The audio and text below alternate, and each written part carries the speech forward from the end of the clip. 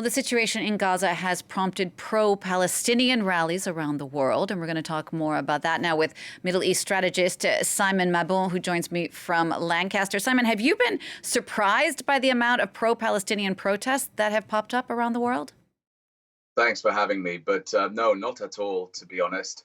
We know that the Palestinian cause has long been a sort of magnet for resistance against colonialism, against oppression, and in favor of self-determination. We see this globally. And as a result of everything that's been happening over the past week, 10 days, it's really brought the Palestinian cause really to the fore. Now, many of these groups and people have been articulating calls for Palestinian self-determination, statehood, at the end of occupation for decades. So for many, it's not a new thing that they have been articulating these calls for change and protesting against it, but it's amplified it. What's happened in the past week or so, it's really positioned it front and center within global media dialogue, within discourse, and sort of a real battle line, if you will, in contemporary politics between those who support Israel, those who support Palestine. And that, I think, is a deeply problematic and false dichotomy in terms of the shared humanity that the people of that part of the world have, and indeed people around the world have here. Right. And it also gets quite thorny because public opinion might be changing, but we're talking about two separate things here. There is Hamas, of course, and then there's the Palestinians.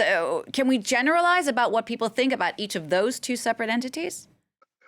I think there is a need to separate the two. There is Hamas as a violent entity that has committed these heinous attacks on Israel, on civilians in Israel, and has regularly launched rockets against targets in southern Israel. Then there is Hamas, the political entity that was elected in the mid-2000s, but prevented from taking power by a grouping of Palestinian factions and others.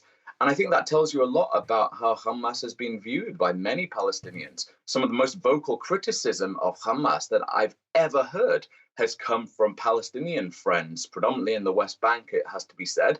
But Hamas has not been a popular organization. And these attacks have really doubled down that vitriol against Hamas amongst Palestinians. But at the same time, for many, the Hamas act has positioned resistance against an occupation and a blockade front and center again. So people are having to hold these complex moral positions of being against violence against civilians, but at the same time being against a blockade and being against an occupation. It's a complex, thorny issue, as you're saying.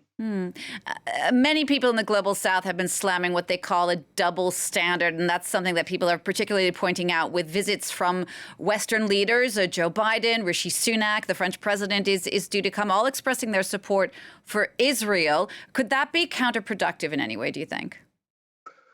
Well, I think it does open up these charges of hypocrisy. And if Western leaders in particular are positioning democracy, freedom, human rights front and center in their foreign policy and the speeches that they make about global politics, and yet they do not hold key allies to account, then that, I think, really does open up these charges of hypocrisy. For example, in Iran, there's been a lot of discourse about supporting protesters against the Islamic Republic. So ordinary Iranians who are long frustrated at the socioeconomic and political situation there. So calls for human rights, calls for democratic reform. And yet when this is a key US, UK, Western ally, and there hasn't been that same call for the respect for human rights, respect for dignity, calls for democratic engagement, then it does open up these charges of hypocrisy. And that in turn can erode global influence from Western powers. And I think that is a really important thing to take note of over time. It won't happen immediately, but over time it will do. But Simon, does it help when things happen like when the King of Jordan canceled that summit with Joe Biden and the Egyptian and Palestinian presidents just after the attack on the hospital in Gaza? There still isn't a lot of information exactly on what happened, but do you think that the King of Jordan was right to do so? Well, I'm a big advocate of dialogue in all cases. I have been involved in a peace initiative for a number of years now, and dialogue is the only way of resolving tensions across the board. So in that sense, I believe that he was wrong to cancel a meeting. Dialogue is the only way out of this. A military solution is not possible. This will not end in any way in a positive light for anyone by relying on a military solution. So yes, he was wrong. But the flip side is at that moment, King Abdullah could not, or his calculations were that he could not be seen to be meeting with a US president that was condoning strikes from the Israeli Defense Forces on hospitals and civilians in Gaza. Now, that was the perception. That, as you say, it's still unclear as to who was responsible. But for King Abdullah and those advisors around him, the sense was that this was an Israeli attack. And as a result, he could not be seen to be meeting with the president at a time when there is widespread frustration across Jordan at what's going on in the West Bank and in Gaza. So, as you said, there is this sort of dual dimension that needs to take into account what is happening across Arab states in the region, where there is widespread support for the Palestinian cause, and yet leaders are working towards diplomatic normalization in pursuit of socioeconomic and political transformations. So you have another layer of tension starting to play out, where leaders have to, in some ways, be seen to be supporting the Palestinian cause, but at the same time are bound diplomatically to other moves that have been going on. And Simon, just to wrap up, I mean, Israel says its main goal is to get rid of Hamas completely. Let's say that does happen. There still is a huge power vacuum. I mean, who would step into leadership of the Palestinians, do you think? Well, that's part of the problem right now, because the Palestinian Authority does not have the same level of credibility that it had under Yasser Arafat, for example. There are debates and questions as to who will succeed Mahmoud Abbas.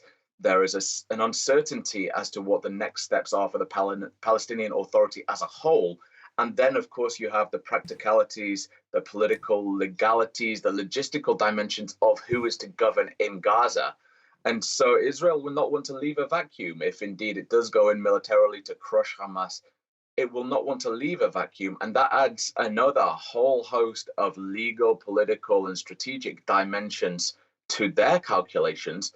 All the while, 2.2 million people are suffering with no respect for human rights, no respect for human dignity, limited access to humanitarian aid. We've just been talking about getting aid in across the Rafah crossing. But until then, they are struggling, they are suffering. And without a long-standing, lasting political solution, there will be widespread unrest, widespread resentment, and acts of frustration and despair amongst Palestinians. Simon, thank you for sharing your expertise with us. Simon Mabon speaking to me there Thank from you. Lancaster.